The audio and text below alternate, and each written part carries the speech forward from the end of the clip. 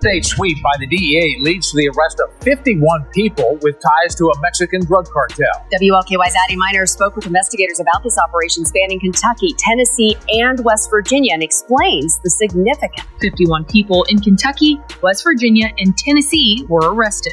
The calm of Kentucky's heartland was shattered by the roar of engines and the thud of boots. In the pre-dawn darkness, federal agents swept through Louisville, Lexington, and Charleston, hitting multiple targets in perfect coordination.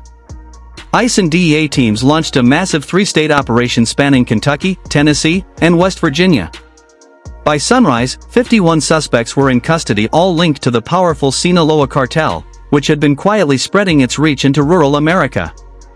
Authorities hailed it as the largest narcotics bust ever carried out in the region. 133 firearms, $78,000 in cash, and nearly 9,000 pills were all seized as a part of this three-state drug bust. And the DEA says it all has ties to the Sinaloa Mexican cartel. What agents uncovered was nothing short of staggering. Inside homes and warehouses, they found 133 firearms, over 9,000 counterfeit pills, and more than 50 kilograms of meth, cocaine, and fentanyl. Tables were piled high with cash, $78,000 in U.S. currency ready to be funneled back to Mexico for laundering. Every site painted the same picture: meticulous organization, coded ledgers, and digital money trails. This wasn't street-level dealing, it was large-scale trafficking, structured and efficient, operating like a corporate supply chain. A lot of people think that activity stops at the southwest border, but the drugs that the Sinaloa cartel is producing makes its way across the country, and our three states are certainly not immune to that. In fact, the Louisville Field Division spearheaded the massive operation, working closely with state troopers, county sheriffs, and prosecutors across multiple jurisdictions. Officials described it as a decisive blow against cartel infrastructure in the American heartland. For months, investigators had been tracing a concealed supply route running from Sinaloa, Mexico, through Tennessee's major transit hubs and into small Kentucky towns grappling with rising overdose rates. When the order came, hundreds of agents mobilized across three states in a synchronized strike. Authorities say the arrests dismantled an entire distribution network that had been operating behind the facade of storefronts and trucking companies. Couriers used fake delivery manifests and concealed shipments to avoid detection. Once inside Kentucky, the drugs were repackaged into smaller quantities and passed through local distributors who believed they were dealing with legitimate suppliers. You know, they profit on the backs of the families that have lost loved ones throughout our communities. So it's a significant risk. This bust alone stopped more than 50 kilograms. This single bust seized more than 50 kilograms of narcotics, but the investigation that led to it began over a year earlier with a shooting in Louisville. In February 2024, police responded to reports of gunfire on Linden Avenue in the city's Jacobs neighborhood, where they found a man shot in the chest. What initially appeared to be another violent street dispute soon unraveled into something much larger: a cartel-controlled stash house. Inside, officers discovered weapons, bundles of cash, and handwritten ledgers in Spanish.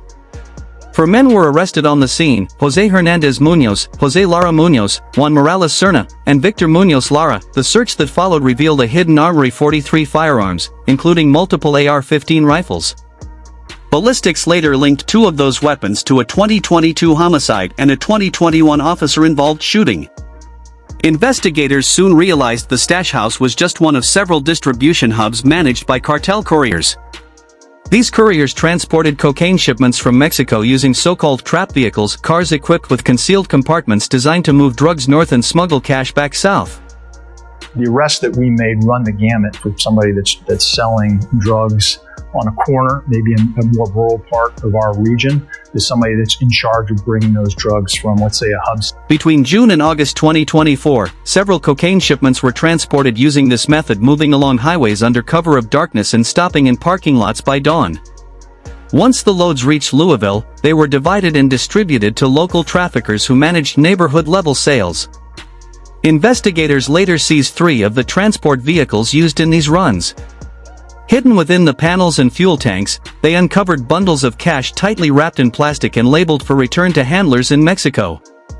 This discovery confirmed the existence of a full-scale, two-way laundering pipeline running directly through Kentucky. The local case was soon merged with a broader federal investigation already in motion.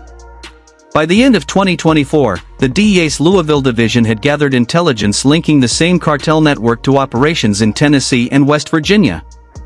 In early 2025, the agency launched synchronized raids across Lexington, Bowling Green, Charleston, and Knoxville with tactical support from ICE and the ATF. Teams struck warehouses, garages, and suburban homes that had been repurposed as temporary drug drop sites. News shows us how a shooting more than a year ago led local and federal investigators to a stash linked to the cartel. Among the 51 individuals arrested were street dealers, mid-level coordinators, and logistics managers who arranged drug shipments through freight companies designed to appear legitimate.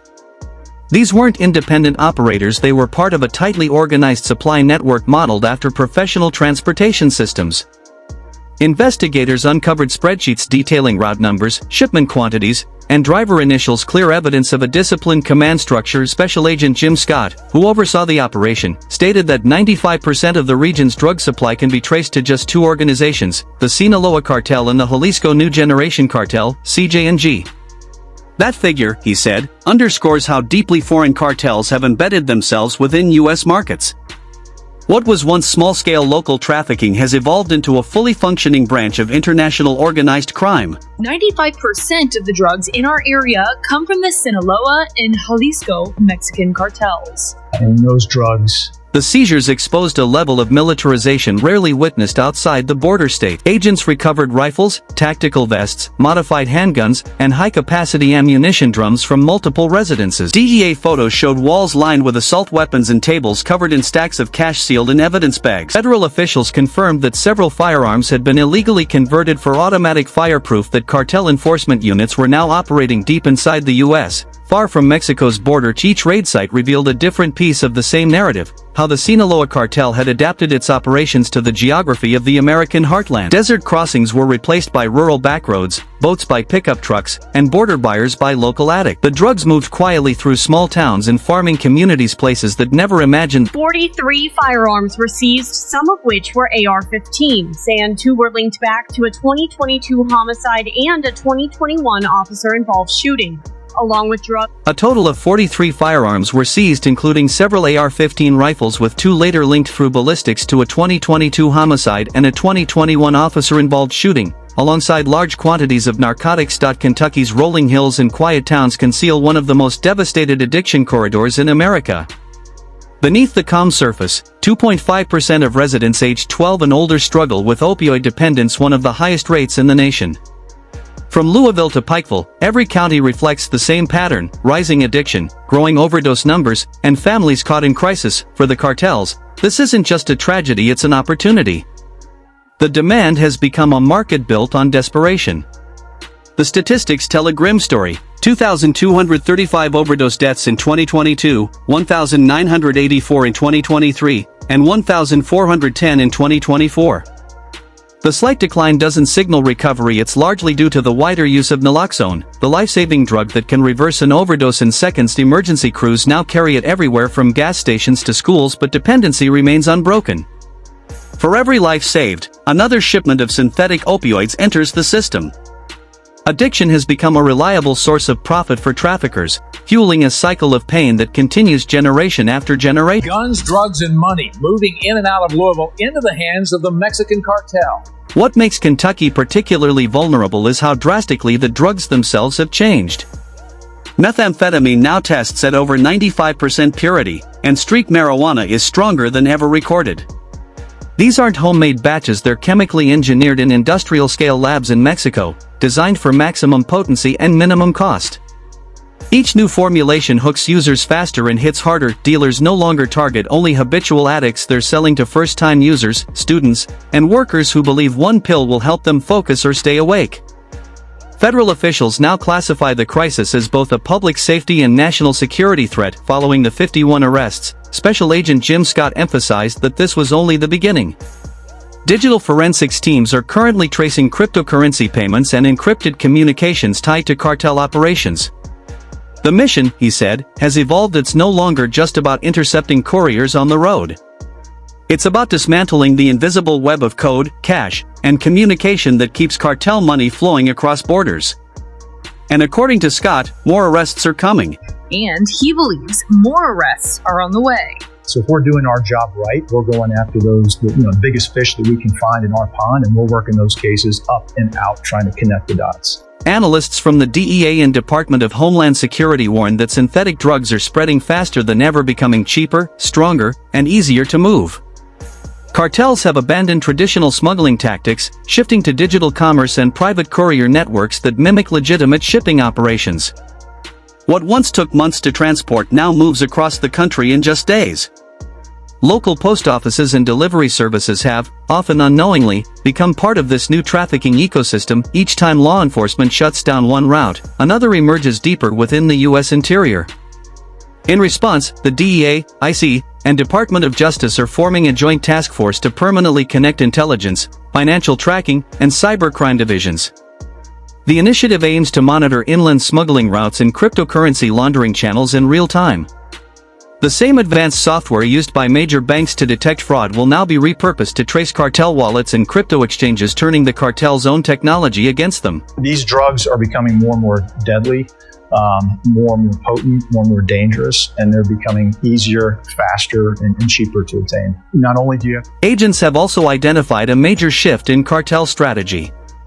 Where border checkpoints once formed the primary line of defense, traffickers are now bypassing southern border scrutiny by building secondary inland routes that weave through quieter corridors: Kentucky's highways, West Virginia's back roads, and Tennessee's freight networks.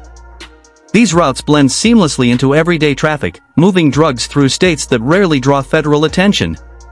It's how the cartels endure, not through confrontation, but through invisibility. The impact of the Kentucky operation is already being felt. 9,000 counterfeit pills and 50 kilograms of narcotics were intercepted before they could reach users in communities where each overdose represents another life lost. Hospitals have reported a brief decline in emergency overdose calls following the bust, a small but meaningful sign of relief. Officials caution that it's temporary, yet every shipment seized equates to thousands of potential lives saved. The operation also confirmed the Sinaloa cartel's extensive reach across the American interior. For decades, enforcement efforts focused mainly on border towns and coastal entry points. This case revealed that the same networks now control supply chains thousands of miles inland. From Louisville to rural Appalachia, cartel-linked distributors manage the same logistics systems, product branding, and synthetic drug formulas once trafficked through Texas or California. The heartland of America has become an integral part of the cartel's map. Not only do you have to focus on the southwest border, but you've got to focus on all the other avenues that they're using to bring these drugs into the country. Addie Miners. Officials warn that as law enforcement evolves, so do the cartels. They're now recruiting software developers, encryption specialists, and digital couriers to expand their reach. The next battlefield isn't defined by shipments or border walls, it's about digital control of supply chains. Encrypted communication apps, trap vehicles equipped with GPS jammers, and AI-generated fake identities have become standard tools within cartel operations. Each new innovation forces U.S. agencies to adapt just as fast. For Kentucky, this is not the end of the story, it's a warning. The recent bust revealed what happens when local addiction collides with global enterprise. The drugs no longer stop at borders, and neither can enforcement. Every community connected by an interstate or a digital payment network now lies on the same front line.